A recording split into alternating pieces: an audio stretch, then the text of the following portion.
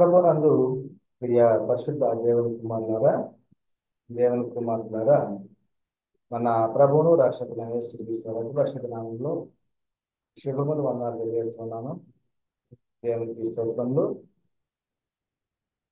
లేఖన భాగాన్ని చదువుకొని మనము వాక్యాన్ని ప్రారంభించుకున్నాం.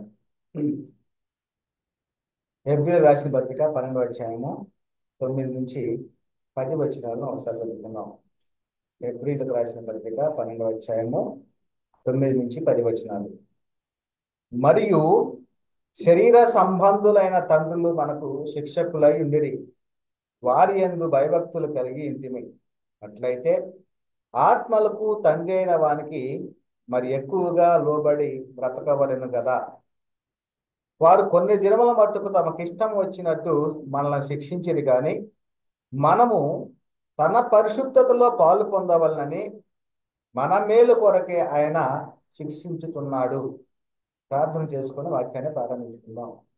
కృప కలిగిన ప్రేమ కలిగిన ప్రియ పరలోకపు తండ్రి, మీ ఘనమైన అత్యంతమైన మహోన్నతమైన బట్టి స్థితిస్తున్నాయన తండ్రి, మరి ఈ రోజు నా వాక్యాన్ని ప్రకటించడానికి సిద్ధపడిన నాకు మీ యొక్క ఆత్మ సహాయాన్ని అందించండి. నోటి దూరంగా వాడుకోనండి.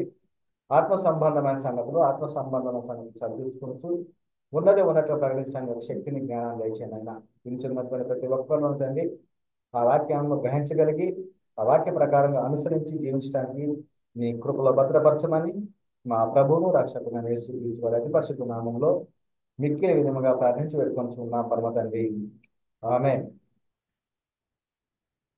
ప్రభువునందు ప్రియ పరిశుద్ధ దేవుని కుమారులారా, మనము పరిశుద్ధాత్మ సంపూర్ణ వివరణ అనేటువంటి ప్రధాన అంశంగా అనేకమైనటువంటి పాఠాలను మనం నేర్చుకుంటూ ఉన్నాం. మరి ఈ రోజున మనం నేర్చుకునేటువంటిది ఏమిటంటే, పరిశుద్ధాత్మ కూడా దేవుని కుమారుడే. ఈరోజు మన యొక్క అంశము పరిశుద్ధాత్మ సంపూర్ణ వివరణ ప్రధాన అంశంలో పరిశుద్ధాత్ముడు కూడా దేవుని కుమారుడే అనేటువంటి అంశాన్ని మనం నేర్చుకుందాం. చాలా మంది అనుకునేటువంటి పరిస్థితి, పరిశుద్ధాత్ముడు ఎవరు అంటే, చాలా మందిలో పరిశుద్ధాత్మ గురించి సరైనటువంటి అవగాహన లేనటువంటి పరిస్థితుల్లో మనం చూస్తా ఉన్నాం. అనేకులు పరిశుద్ధాత్ముడిని మరొక వ్యక్తిగా గుర్తించలేనటువంటి పరిస్థితి. అనగా పరిశుద్ధాత్మ అంటే దేవుని ఆత్మ తప్ప సపరేట్గా ఉన్న మరొక ఆత్మ కాదు. పరిశుద్ధాత్మ అంటే తండ్రి అయిన దేవుడే. పరిశుద్ధాత్మ అంటే యేసుక్రీస్తు అనేటువంటి బోధలలో చాలా మంది ఉన్నారు. పరిశుద్ధాత్ముడు అంటే మరొక వ్యక్తి అనేటువంటి విషయాలను తెలుసుకోలేకపోతున్నారు.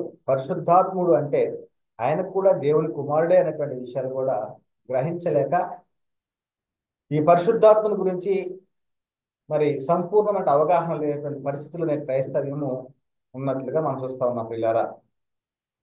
మరి మనం గతంలో చెప్పుకొని ఉన్నాం, ఎవరు ఆత్మలు అంటే తండ్రి అయిన దేవుడు ఆత్మ ఉన్నాడని, యేసుక్రీస్తు వారు దేవుని కుమారుడు యేసుక్రీస్తు వారు ఆత్మ ఉన్నాడని, ఆదరణకర్తగా సత్యస్వరూపమైన ఆత్మ ఉన్నాడు అని, దేవుని పోలికగా దేవుని స్వరూపంలో సృజించబడిన దేవుని కుమారుడు అయినటువంటి ఆదాము ఆత్మ ఉన్నాడని మనం గతంలో నేర్చుకుని ఉన్నాం.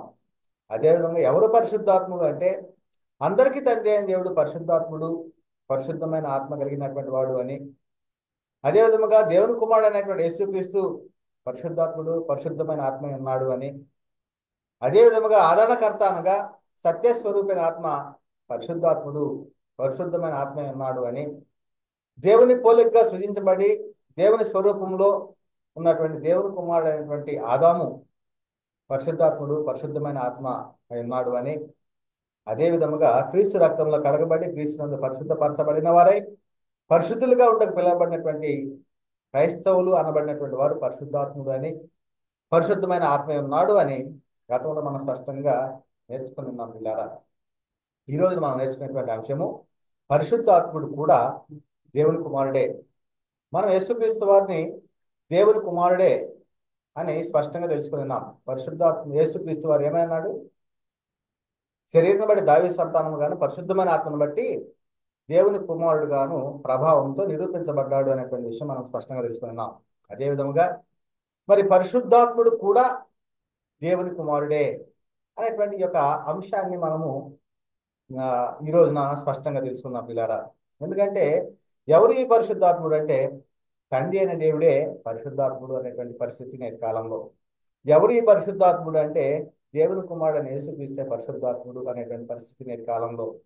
ఎవరు పరిశుద్ధాత్ముడు అంటే యేసుక్రీస్తు తండ్రి అయిన దేవుడు పరిశుద్ధాత్ముడు కలిస్తేనే దేవుడు, లేకపోతే పరిశుద్ధాత్మ అనేటువంటిది చెప్పేటువంటి పరిస్థితి నేటి కాలం ఉంది. కనుకనే పిల్లారా, వాస్తవానికి ఈరోజు మనం నేర్చుకునే విషయాల్లో ఏమై ఉన్నది అంటే పరిశుద్ధాత్ముడి గురించి మరి స్పష్టంగా తెలుసుకోవాలి.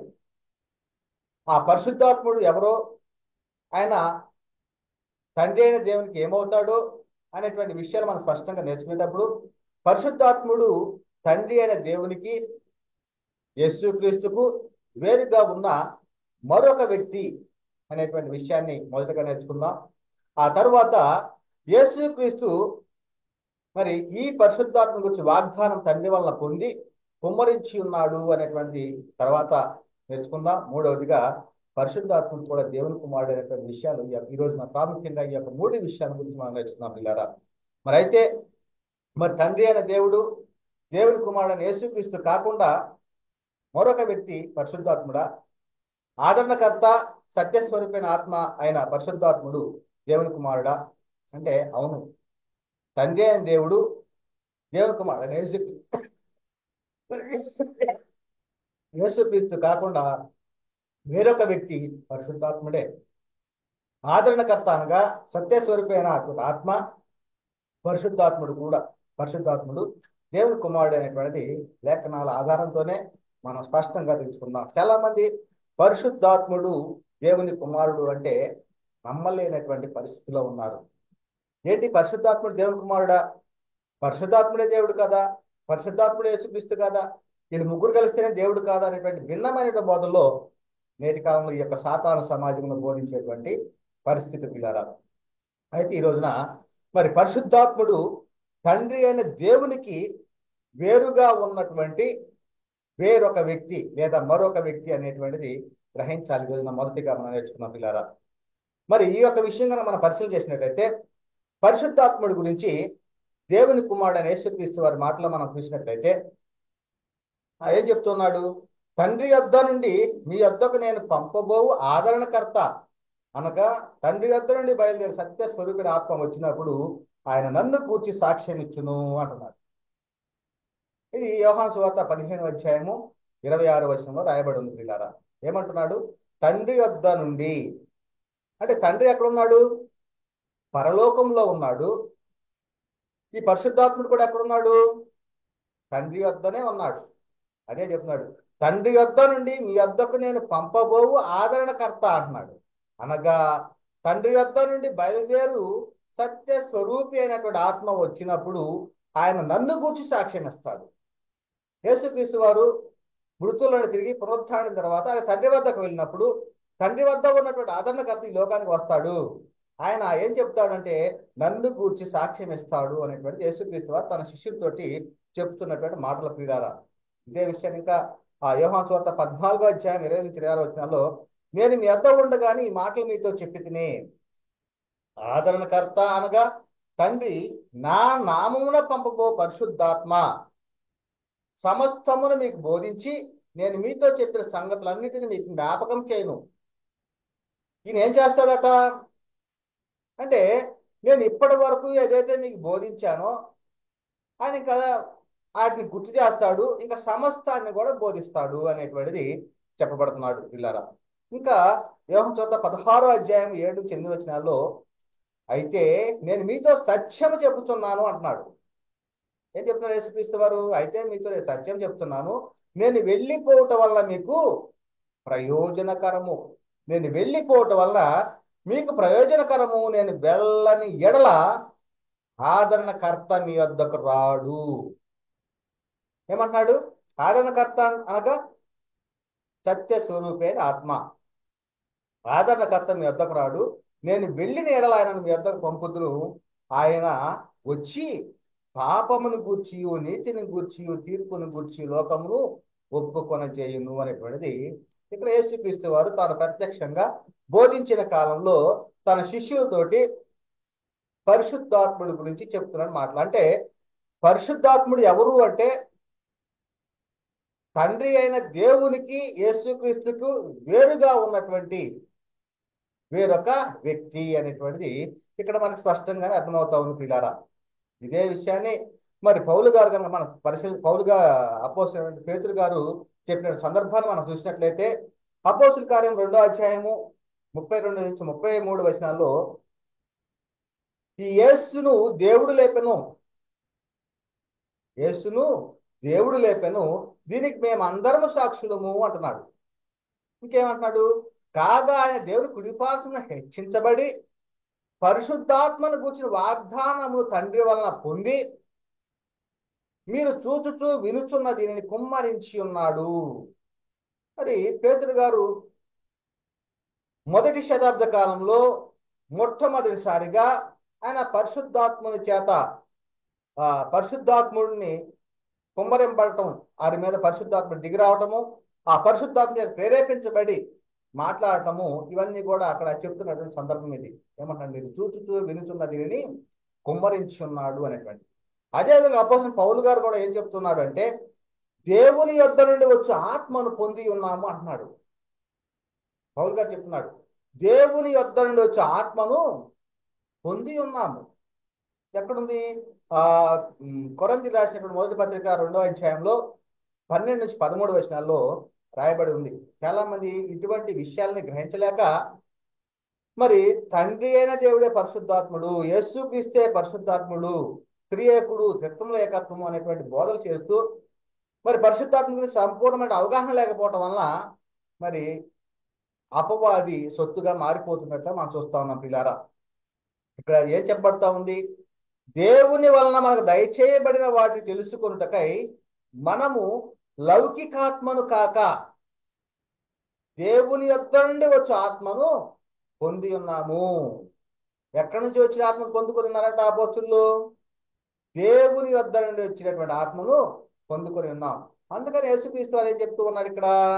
తండ్రి యొద్ద నుండి మీ యొద్దకు నేను పంపబో ఆదరణకర్త, తండ్రి యొద్ద నుండి బయలుదేరి సత్యస్వరూపైన ఆత్మ వచ్చినప్పుడు ఆయన నన్ను గూర్చి సాక్ష్యం ఇస్తాడు అనేటువంటిది యేసుక్రీస్తు వారు చెప్తున్నట్టు మనం చూస్తున్నాం కదా. అందుకని ఏమంటున్నాడంటే మనుష్య జ్ఞానము నేర్పు మాటలతో కాక, ఏమంటున్నాడు? మనుష్య జ్ఞానము నేర్పు మాటలతో కాక ఆత్మ సంబంధమైన సంగతులను, ఏవి వారు ప్రకటించేటువంటి సంగతులు? ఆత్మ సంబంధమైన సంగతులు. వారు పొందుకున్నటువంటిది ఆత్మ ఎక్కడి నుంచి వచ్చినటువంటి ఆత్మ? దేవుని యొద్ద నుండి వచ్చినటువంటి ఆత్మను, అనగా పరిశుద్ధాత్మను పొందుకొని ఉన్నారు. ఆ పరిశుద్ధాత్మను పొందుకోవడం ద్వారాగా వారు ప్రకటించేటువంటి విషయాలు ఎలాంటివి అంటే ప్రకృతి సంబంధమైనవి కావు. ఆత్మ సంబంధమైన సంగతులను ఆత్మ సంబంధమైన సంగతులతో సరిచూచుచు ఆత్మ నేర్పు మాటలతో వీటిని గురించి మేము బోధించున్నాము.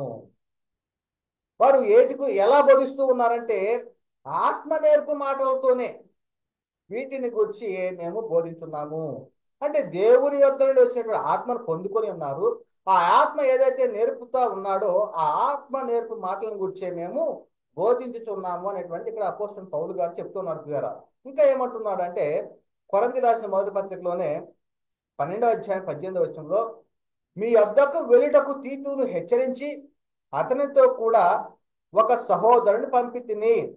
తీతు మిమ్మును మోసపుచ్చి అయినను అర్జించుకొనినా మేమొక్క ఆత్మ వలననే, అనగా ఒక్క అడుగు జాడైన నడుచుకొనలేదా? ఏమంటున్నాడు? మేమొక్క ఆత్మ వలననే. అంటే ఆత్మ ఎవరు అంటే ఒక్కడే, ఆత్మయు ఒక్కడే మనము తెలుసుకున్నాం కదా. ఆత్మయు ఒక్కడే. మేమొక్క ఆత్మ వలననే ఒక్క అడుగు జాడైన నడుచుకోలేదా?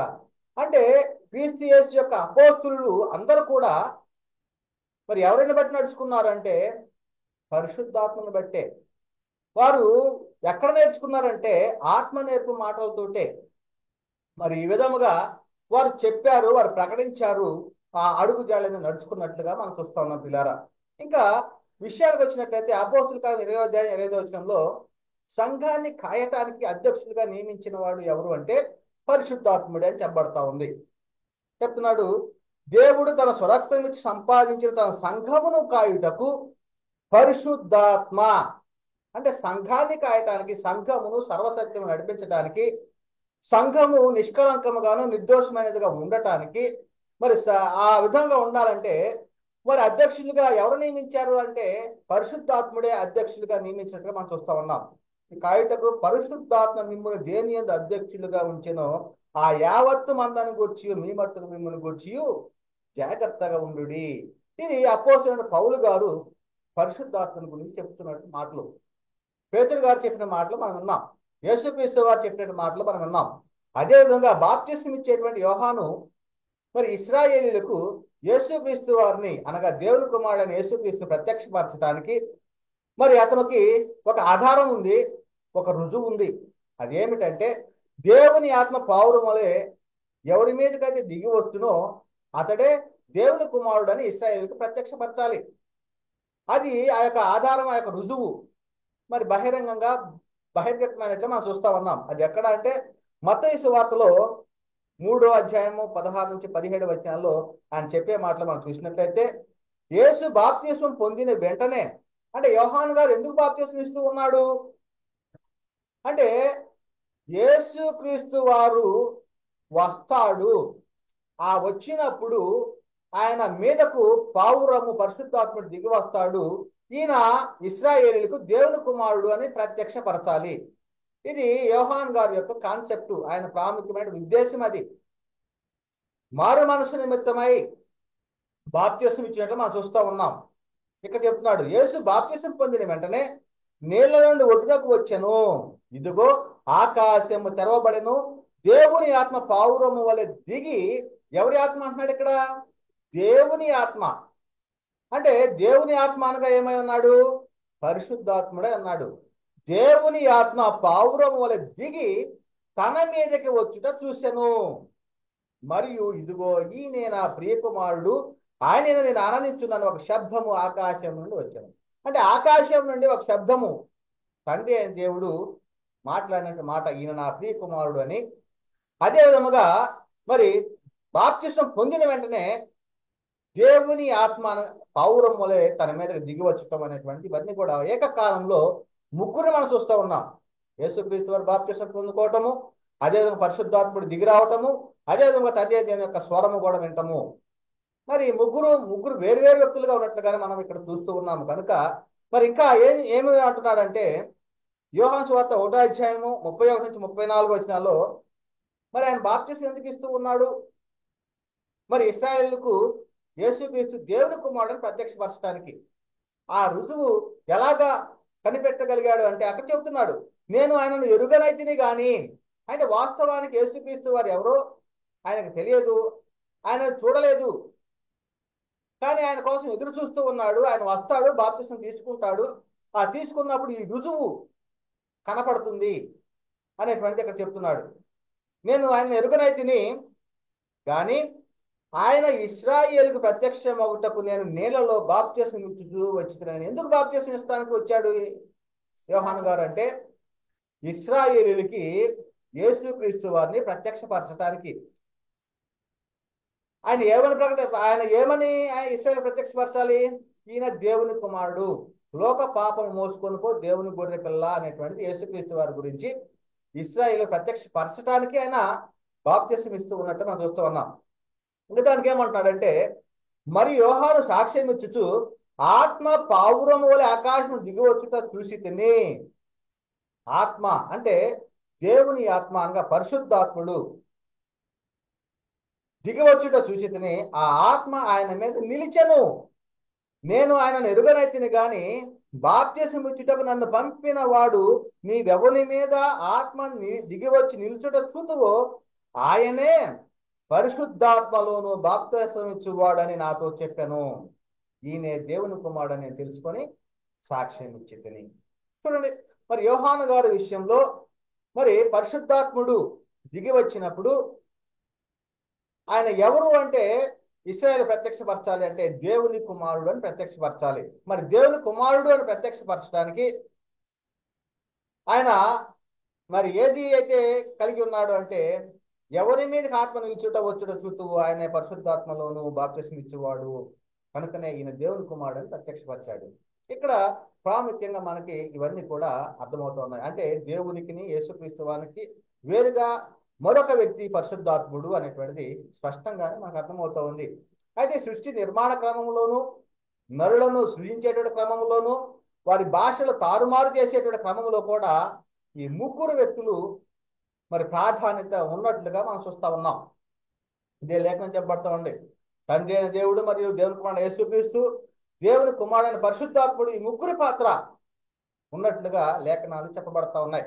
అదే విషయాన్ని మరి ఆదికాండం 1:1-2 చూసినట్లయితే, ఆది యందు దేవుడు భూమి ఆకాశములను సృజించెను.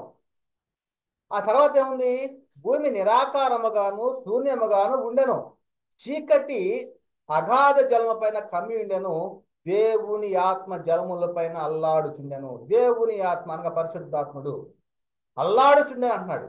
అంటే దేవుడు ఆది యందు దేవుడు భూమి ఆకాశాలను కలగజేసినప్పుడు మరి పరిశుద్ధాత్ముడు యొక్క స్థితి ఎలా ఉందంటే ఆ ఆత్మ జలముల పైన అల్లాడుచున్నట్లుగా చూస్తా ఉన్నాం పిల్లరా లేఖనాలను బట్టి.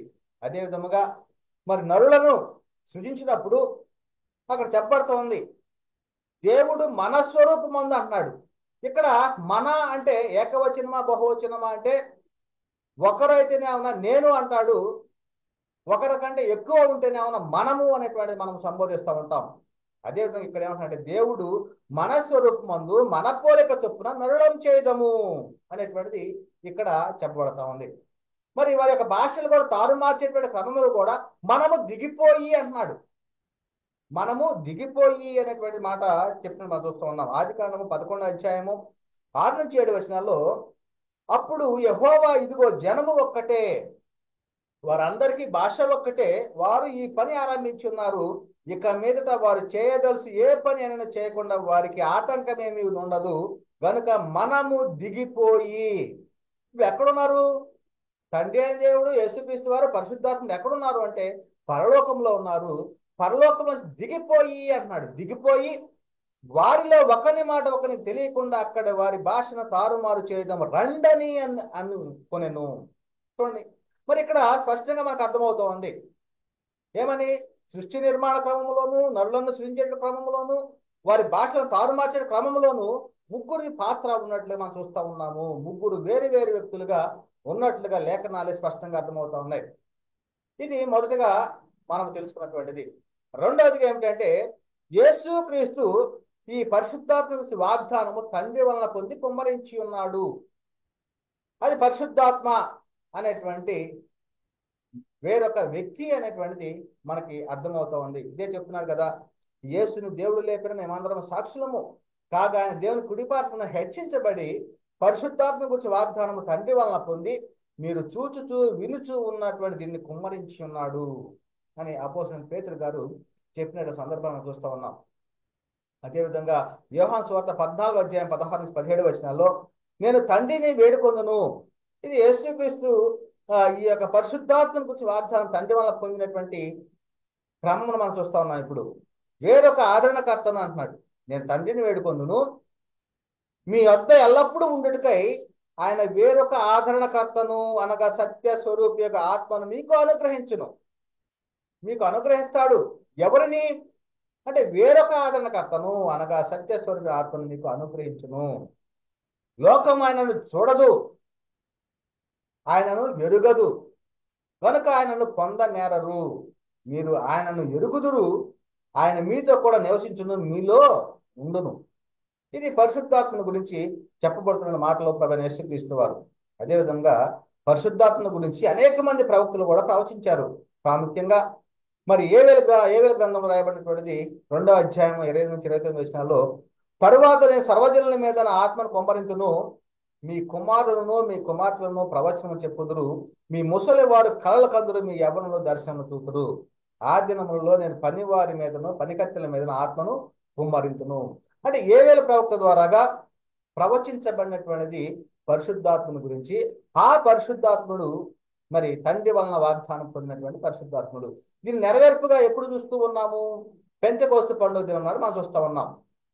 మరి ఆ రోజునే కదా క్రీస్తు యేసు యొక్క అపోస్తులు 12 కూడా మరి పరలోకం నుండి పంపబడిన పరిశుద్ధాత్మను పొందుకున్నది. అదే చెప్తున్నాడు, పెంతెకోస్తు పండుగ వచ్చినప్పుడు అందరూ ఒక చోట కూడి ఉండిరి.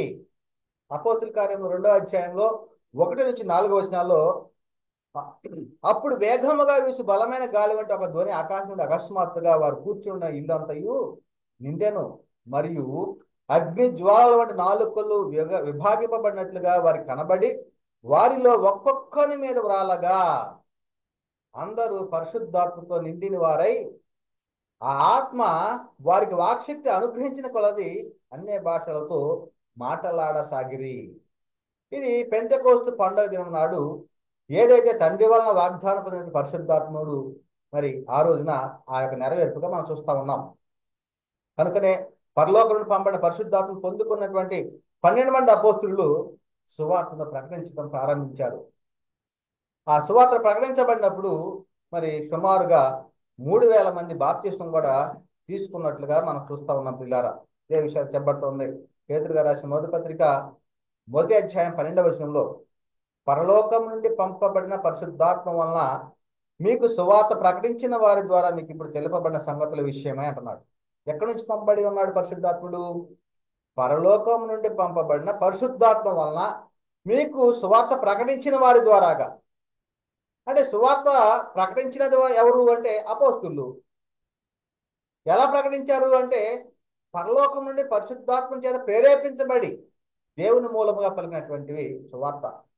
కనుకనే ఆ సువార్తను విన్నటువంటి మొట్టమొదట యెరూషలేము పట్టణంలో పెంతెకోస్తు పండుగ దినమున పేతురు ప్రసంగం చేయగా ఆయన బోధ విన్న వారిలో సుమారుగా 3000 మంది మారు మనసు పొంది పాప క్షమాపణ నిమిత్తము యేసుక్రీస్తు నామమున బాప్తిసం పొంది సంఘంలో చేర్చబడినట్లుగా మనం చూస్తూ ఉన్నాం. పిల్లారా, ఇదే విషయాన్ని కూడా అపోస్తుల కార్యములో 2వ అధ్యాయము 38-41 వరకు కూడా రాయబడి ఉన్నవి. పేతురు చెప్తున్నాడు, మీరు మారు మనసు పొంది పాప క్షమాపణ నిమిత్తము ప్రతి వాడు యేసుక్రీస్తు నామమున బాప్తిసం పొందుడి. అపోస్తులు ప్రకటించినప్పుడు మరి వారు బాధ విన్నటువంటి వారు చాలా మంది అయిలారా మేమేం చేయాలి వారు హృదయంలో నొచ్చుకొని అడిగినప్పుడు మారు మనసు పొంది పాప క్షమాపణ నిమిత్తము ప్రతి వాడు యేసుక్రీస్తు నామమున బాప్తిసం పొందుడి, అప్పుడు మీరు పరిశుద్ధ ఆత్మ వరమును పొందుదురు. ఇక్కడ రాయబడినటువంటిది ఏమిటి? పరిశుద్ధాత్మ అనేటువంటి వరము. వాళ్ళు ఆల్రెడీ అపోస్తులు పరిశుద్ధాత్మను పొందుకున్నారు. ఆ పరిశుద్ధాత్మను పొందుకొని ఆ పరిశుద్ధాత్మను చేత ప్రేరేపించబడి మాట్లాడుతున్నారు. అంటే కృపా వరములను ఆరోపించిన పరిశుద్ధాత్మను పొందుకున్నారు. బాప్తిస్మలో పొందుకునే పరిశుద్ధాత్మ ఏమిటి అంటే అబ్రహామునకి ఇవ్వని వాగ్దానము అనగా ఆత్మవరము, ఆత్మను బ్రతికింపజేసేటువంటి పరిశుద్ధాత్మ. అందుకని మనము ఎవరు ఆత్మలు ఎవరు పరిశుద్ధాత్మ అనేటువంటి అంశంలో మనం స్పష్టంగా తెలుసుకోలేన్న వీటి విషయాలు ప్రియులారా. కనుకనే ఇక్కడ పరిశుద్ధ ఆత్మను పొందుదురు అను వరమును పొందుదురు. ఈ వాగ్దానం ఎవరికి ఇచ్చాడు? అబ్రహాంకి ఇచ్చిన వాగ్దానం ఇది. పరిశుద్ధాత్మ వరమును పొందేటువంటి వాగ్దానము అబ్రహాము చేశాడు. నీ యందు భూలోకంలో సమస్త అన్ని జనులందరూ కూడా ఆశీర్వదించబడతారు అనేటువంటిది. ఆ యొక్క గలతీ పత్రిక చదువుతా ఉన్నాం 3వ అధ్యాయంలో ఆ సంతానము క్రీస్తు అని. కనుకనే ఈ వాగ్దానం మీకును మీ పిల్లలందరికీ దూరస్తులందరికీ అనగా ప్రభు అయిన మన దేవుడు తన యొద్దకు పిలిచిన వారు అందరికీ చెందునని వారితో చెప్పాను అనేటువంటి చెప్పబడగా, కాబట్టి ఆ వాక్యం అతని వాక్యం అంగీకరించిన వారు బాప్తిసం పొందిన ఆ దినమందు ఇంచుమించు 3000 మంది చేర్చబడింది. అంటే మొదటి శతాబ్ద కాలంలో మరి సంఘములో చేర్చబడినటువంటి వారు ఎలా చేర్చబడ్డారు అంటే పరలోకం నుండి పంపబడినటువంటి పరిశుద్ధాత్మ చేత ప్రేరేపించబడగా వారు ప్రకటించారు. ఆ ప్రకటించినటువంటి ఆ సువార్త ద్వారాగా మరి 3000 మంది బాప్తిసం పొందినట్లు మనం చూస్తా ఉన్నాం కదా. ఆ విధముగా సంఘము స్థాపింపబడి ప్రభు రక్షణ పొందుతున్న వారిని అనుదినము వారితో కూడా చేర్చుతూ ఉన్నారు. కనుకనే మరి పరిశుద్ధాత్మ బాప్తిసం పొందుకున్నటువంటి ఆ 12 మంది అపోస్తులు చేతులు ఉంచడం వలన పరిశుద్ధాత్మను పొందుకుంటారు. తద్వారా సంఘంలో గొప్ప వరములు విస్తరించుతున్నట్లు మనం చూస్తా ఉన్నాం. చూడండి, అంటే సంఘము సర్వసత్యంలో నడిపించబడటానికి పరిశుద్ధాత్ముడు మరి పంపబడగా పరిశుద్ధాత్ముడు వచ్చాడు. క్రీస్తు యేసు అపోస్తులు పరిశుద్ధాత్మను పొందుకున్నారు. ఆ పరిశుద్ధాత్మను పొందుకున్నటువంటి అపోస్తులు చేతులు ఉంచడం ద్వారాగా మరి అనేక మందికి మరి కృపావరం అనుభవించేటువంటి పరిశుద్ధాత్మ మరి విస్తరించడం మనం చూస్తున్నాం పిల్లారా. మరి ఈ విధముగా అపోస్తుల 8:18 అపోస్తులు చేతులు ఉంచటం వలన పరిశుద్ధాత్మ అనుగ్రహింపబడినని సీమోను పేతురు అనేటువంటి విషయాలు మనకు అర్థమవుతా ఉన్నాయి. మరి సీమోను పేతురు చూశాడు. మరి అపోస్తులు చేతులు ఇస్తే పరిశుద్ధాత్మను పొందుకోవటము, వారి భాషలతో మాట్లాడటము, మరి ఈ వరాన్ని మాగోడి అని చెప్పి డబ్బులు ద్రవ్యం తీసుకొచ్చి పెట్టడము, ఇవన్నీ కూడా చూసినట్లుగా మనం చూస్తా ఉన్నాం పిల్లలు. కనుకనే ఈ పరిశుద్ధాత్మను గురించి మరి స్పష్టంగా తెలుసుకోవాలి.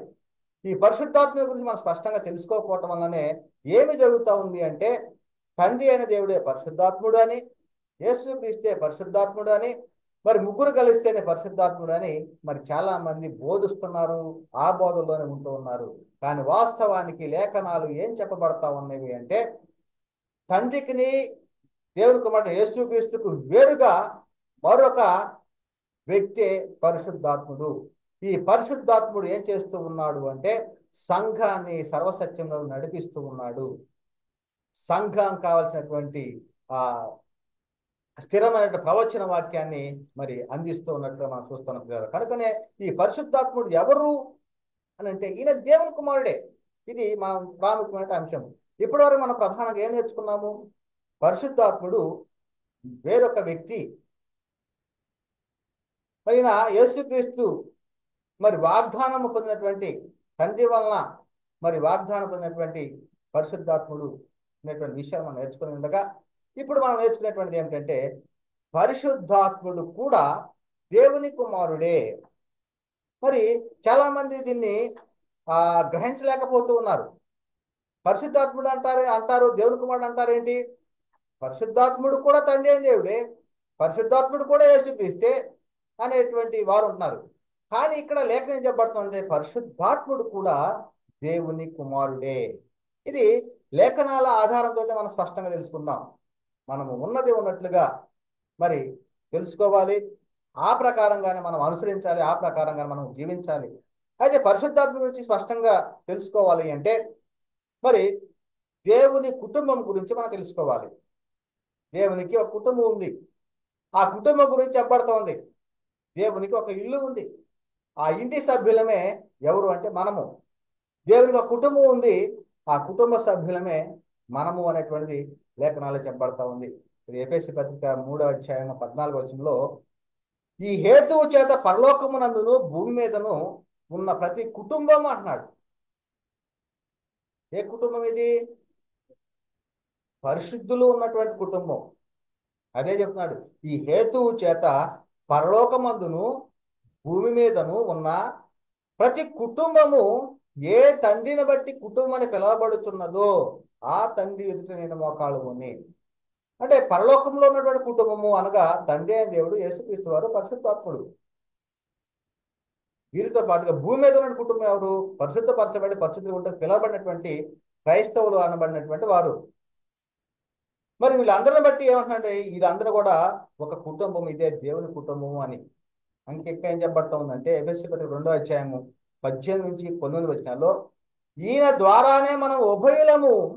ఉభయులు అంటే అక్కడ మొదటి శతాబ్ద కాలంలో దేవుని జనాంగముగా ఉన్నటువంటి ఇశ్రాయేలీలు, దేవుని జనాంగము కానటువంటి అన్యజనుల గురించి చెప్పబడుతున్న ఉభయులము అంటే. మరి ఒక్క ఆత్మ యందు తండ్రి సన్నిధికి చేరగలిగి ఉన్నాము అంటే, యేసుక్రీస్తు వారి రక్తంలో కడగబడటం ద్వారాగా, వారికి అడ్డంగా ఉన్నటువంటిది మధ్యగోడగా ఉన్నటువంటి ధర్మశాస్త్రాన్ని కొట్టివేయటం ద్వారాగా మనము ఉభయము ఒక్క ఆత్మ యందు తండ్రి సన్నిధికి చేరగలిగా. ఒక్క ఆత్మ యందు అంటే ఎవరు? పరిశుద్ధాత్మని యందు. అంటే పరిశుద్ధాత్మని బోధల వలన తండ్రి సన్నిధికి చేరగలిగి ఉన్నాము. కాబట్టి మీరిక మీదట పరజనులను పరదేశులను ఉండక పరిశుద్ధులతో ఏకపట్టణస్థులను. ఎవరితో ఏకపట్టణస్థులు ఉన్నారు? పరిశుద్ధులతో ఏకపట్టణస్థులను దేవుని ఇంటి వారునై ఉన్నారు. మరి ఎవరు వీరు అంటే మనమే. దేవుని ఇంటి వారమే అన్నాం అంటే దేవునికి ఒక ఇల్లు ఉంది, దేవునికి ఒక కుటుంబం ఉంది. ఆ ఇంటి సభ్యులమే, ఆ కుటుంబ సభ్యులమే మనము. మనమనగా ఎవరో కూడా మనం స్పష్టంగా తెలుసుకోవాలి కదా. అదే చెప్తున్నాడు, పరలోకంలో ఉన్నటువంటి తండ్రి అయిన దేవుడు, యేసుక్రీస్తు వారు, పరిశుద్ధాత్ముడు, క్రీస్తుని శిరస్సుగా గల సంఘంలో చేర్చబడినటువంటి క్రైస్తవులు, వీరందరూ కూడా ఒక కుటుంబము, దేవుని కుటుంబ సభ్యులు, దేవుని ఇంటి వారు అనేటువంటిది లేఖనాల్లో చెప్పబడతా ఉన్న పిల్లరా. కనుక ఇక్కడ ఏం చెప్పబడతా ఉందండి, మనకు దేవుడు ఒక్కడే ఉన్నాడు, ఆయన తండ్రి అని.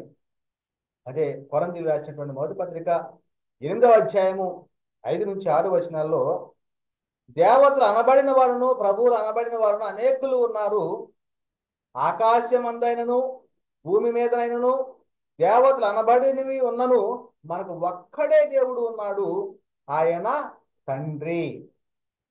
ఒక్కడైన దేవుడు ఎవరు అంటే తండ్రి. ఆయన నుండి సమస్తము కలిగాను. ఎవరి నుండి? తండ్రి అయిన దేవుని నుండి సమస్తము కలిగాను, ఆయన నిమిత్తము మనమున్నాము అని చెప్తూ ఇక్కడ, మరియు మనకు ప్రభు ఒక్కడే, ఆయన యేసుక్రీస్తు. ఆయన ద్వారా సమస్తము కలిగాను, మనము ఆయన ద్వారా కలిగిన వారము. మరి ఈ విధముగా మరి ఎవరు అంటే తండ్రి ఆయన. తండ్రి అయిన దేవుడు అందరికి తండ్రి. ఎవరికి? ఒక్కడే దేవుడు అయినటువంటి వాడు అందరికి తండ్రి అనేటువంటిది ఇక్కడ చెప్పబడుతుంది కదా. కనుకనే మనము మూలవాక్యంలో చదువుకొని అన్నాం ఏమని? దేవుని కుటుంబంలో ఉన్న ఆత్మలకు తండ్రి ఉన్నాడు, ఆయనే అందరికీ తండ్రి అని. అంటే దేవుని కుటుంబంలో ఆ కుటుంబానికి ఒక తండ్రి ఉన్నాడు, ఆ కుటుంబంలో ఉన్న వారు అందరికీ కూడా ఆయన తండ్రి అయి ఉన్నాడు అనేటువంటి చెప్పబడతా ఉంది. మరియు శరీర సంబంధులైన తండ్రులు మనకు శిక్షకులై ఉండుడి, వారి యందు భయభక్తులు కలిగి ఉన్నాం. శరీర సంబంధంగా ఉన్నటువంటి తల్లిదండ్రులు ఉన్నారు, వారి యందు మనం భయభక్తులు కలిగి ఉంటున్నాం. అట్లయితే ఆత్మలకు తండ్రి అయిన వానికి మరి ఎక్కువగా లోబడి బ్రతకవాలని కదా అంటున్నాడు. ఆత్మలకు మనం ఏమై ఉన్నాము? ఆత్మలమై ఉన్నాము. మరి ఆత్మలమైనటువంటి తండ్రి అయిన వానికి మరి ఎక్కువగా లోబడి బ్రతకవలను కదా అని చెబుతూ, వారు కొన్ని దినముల మట్టుకు తమకిష్టం వచ్చినట్టు మనం శిక్షించేది కానీ మనము తన పరిశుద్ధతలో పాలు పొందవలనని మన మేలు కొరకు ఆయన శిక్షిస్తున్నాడు. మనల్ని ఎందుకు శిక్షిస్తూ ఉన్నాడు అంటే తన పరిశుద్ధతలో పాలు పొందుకోవటం కొరకే.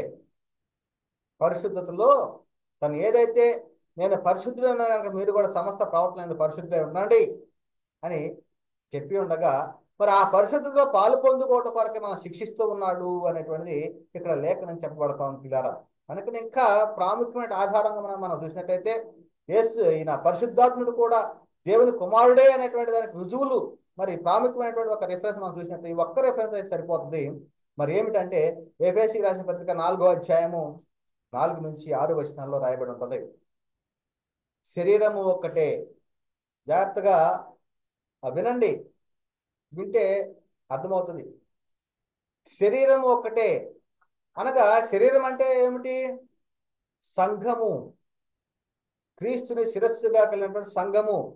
ఆ సంఘానికి శిరస్సు క్రీస్తు అన్నాడు. ఆయన శిరస్సు, ఆయన శరీరము సంఘము. అదే చెప్తున్నాడు, శరీరము ఒక్కటే. సంఘం అంటే సంఘంలో చేర్చబడినటువంటి మనమందరము కూడా ఆత్మలై ఉన్నాము. మన గురించి చెప్పబడి సంఘము గురించి ఇక్కడ సంఘంలో చేర్చబడినటువంటి వారు అందరి గురించి చెప్పబడతా ఉంది. యేసుక్రీస్తు నామములో బాప్తిసం పొందినటువంటి వారు అందరూ సంఘమే. అదే చెప్తున్నాడు ఇక్కడ, శరీరము ఒక్కటే అనగా సంఘములో చేర్చబడినటువంటి వారు, ఆత్మయు ఒక్కడే. మనం ఇంతకుముందు నేర్చుకుని ఉన్నాం, ఒక్క ఆత్మ అయిందే అడుగు జాడలు నడుచుకోలేదా మేము. మరి ఆత్మయు ఒక్కడే అనగా పరిశుద్ధాత్ముడి గురించి రాయబడినది. ఆత్మయు ఒక్కడే, పరలోకం నుండి పంపబడినటువంటి పరిశుద్ధాత్ముడు, సంఘాన్ని సర్వసత్యంలోనికి నడిపించేటువంటి పరిశుద్ధాత్ముడు, అపోస్తులను సర్వసత్యంలో నడిపించేటువంటి పరిశుద్ధాత్ముడు. మరి ఇవన్నీ కూడా ఎవరి గురించి రాయబడిందంటే ఆత్మయు ఒక్కడే అంటే పరిశుద్ధాత్ముడి గురించి. ఇంకా ఆ ప్రకారం మీ పిలుపు విషయమై ఒక్కటే నిరీక్షణ ఎందు ఉండుటకు పిలువబడితిరి. ప్రభు ఒక్కడే, విశ్వాసం ఒక్కటే, బాప్తిస్మం ఒక్కటే అని చెబుతూ అందరికీ తండ్రి అయిన దేవుడు ఒక్కడే. ఎవరందరికీ? మరి 4వ వచనంలో రాయబడిన శరీరం ఒక్కటే అనగా సంఘానికి, సంఘంలో చేర్చబడిన వారు అందరికీ, ఆత్మయు ఒక్కడే అనగా పరిశుద్ధాత్ముడికి, ప్రభు ఒక్కడే అనగా యేసుక్రీస్తు వారికి, అదే విధముగా వీళ్ళందరికీ తండ్రి అయిన దేవుడు ఒక్కడే. ఇది దేవుని కుటుంబము, దేవుని ఇంటిలో ఉన్నటువంటి వారి విషయం ఇక్కడ చెప్పబడతా ఉంది. అందరికి తండ్రి దేవుడు ఒక్కడే, ఆయన అందరికి పైగా ఉన్నవాడై అందరిలోను వ్యాపించి అందరిలో ఉన్నాడు. మరి పరిశుద్ధాత్మ దేవుని కుమారుడు కాదా? పరిశుద్ధాత్ముడు దేవుని కుమారుడే, పరిశుద్ధాత్ముడు కూడా దేవుని కుమారుడే. ఇంకా చెప్పబడతా ఉంది దేవుని కుటుంబంలో ఉన్న పరిశుద్ధాత్ముడు దేవుని కుమారుడే ఇంకా అనటానికి కొన్ని రుజువులను మనం చూసుకుందాం. గలతీ పత్రిక 4వ అధ్యాయము 6వ వచనంలో, మరియు మీరు కుమారులై ఉన్నందున నాయన తండ్రి అని మొరపెట్టు తన కుమారుని ఆత్మను దేవుడు మన హృదయంలోనికి పంపెను. తన కుమారుని ఆత్మను అనగా పరిశుద్ధాత్మను మన హృదయంలోనికి పంపెను. ఎవరు మొరపెడుతూ ఉన్నారు నాయన తండ్రి అని? పరిశుద్ధాత్ముడు. కనుకనే నాయనా తండ్రి అని మొరపెట్టి తన కుమారుని ఆత్మను దేవుడు మన హృదయంలోనికి పంపెను. ఇంకొక విషయం ఏమిటంటే రోమాపత్రిక 8వ అధ్యాయము 15 నుంచి 16 వచనాల్లో, ఏలయనగా మరల భయపడుటకు మీరు దాస్యపు ఆత్మను పొందలేదు గాని దత్తపుత్రాత్మను పొందితిరి. మనం ఏం పొందుకున్నాము? దత్తపుత్రాత్మను పొందితిమి. ఆ ఆత్మ కలిగిన వారమై అబ్బా తండ్రి అని మొరపెట్టుచున్నాము. మనము దేవుని పిల్లలమని ఆత్మ తానే మన ఆత్మతో సాక్ష్యం ఇచ్చుతున్నాడు. మరి ఈ విధముగా మరి దేవుని కుటుంబంలో ఉన్న పరిశుద్ధాత్ముడు కూడా దేవుని కుమారుడే అనేటువంటి ఇది స్పష్టంగా తెలుసుకుని ఉన్నాం. మరి భవిష్యత్తులో ఇంకా రానున్నటువంటి తరగతిలో ఎవరు పరిశుద్ధాత్మ నేర్చుకున్నాము. మరి ఒకే ఆత్మకు కలిగినటువంటి వివిధ పేర్లు, ఒకే ఆత్మకు కలిగినటువంటి వివిధ పేర్లు అనేటువంటి అంశాన్ని మనము నేర్చుకోవటానికి ప్రయత్నించాలి. పరిశుద్ధాత్ముడు కలిగినటువంటి వివిధ పేర్లు అనేటువంటి అంశం ద్వారాగా మనం స్పష్టంగా తెలుసుకోవడానికి ప్రయత్నం చేద్దాం. మరి ఎప్పటి వరకు మనము పరిశుద్ధాత్మ సంపూర్ణ వివరణలో మనం ఏం నేర్చుకున్నాము? మొదటిగా ఎవరు ఆత్మలు అనేటువంటిది, ఎవరు పరిశుద్ధాత్ములు, అదే విధముగా ఈరోజు మనం నేర్చుకున్నటువంటిది పరిశుద్ధాత్ముడు కూడా దేవుని కుమారుడే. ఈ విధంగా ప్రాముఖ్యమైనటువంటి విషయాలు అంటే మొదటి నుంచి కూడా మనం స్పష్టంగా వినగలిగితే పరిశుద్ధాత్మ గురించి స్పష్టంగా మరి అర్థమవుతుంది, మంచి అవగాహన కలిగి ఉంటారు. కనుకనే మరి నేర్చుకునేటువంటి అవకాశం చాలా ఉంది. కనుక మరి నేర్చుకోవడానికి ప్రయత్నించగలరని ఈ మాటలు మీతో చెప్పి ముగిస్తూ ఉన్నా. చెప్పబడిన మాటలు ఉంచిన ప్రతి ఒక్కరిలో దేవుడు నీరు కట్టి ఫలింపు చేయను గాక.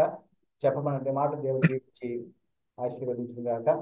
అందరికీ వందనాలు. దేవునికి స్తోత్రం. పరిశుద్ధాత్మ సంపూర్ణ వివరణలో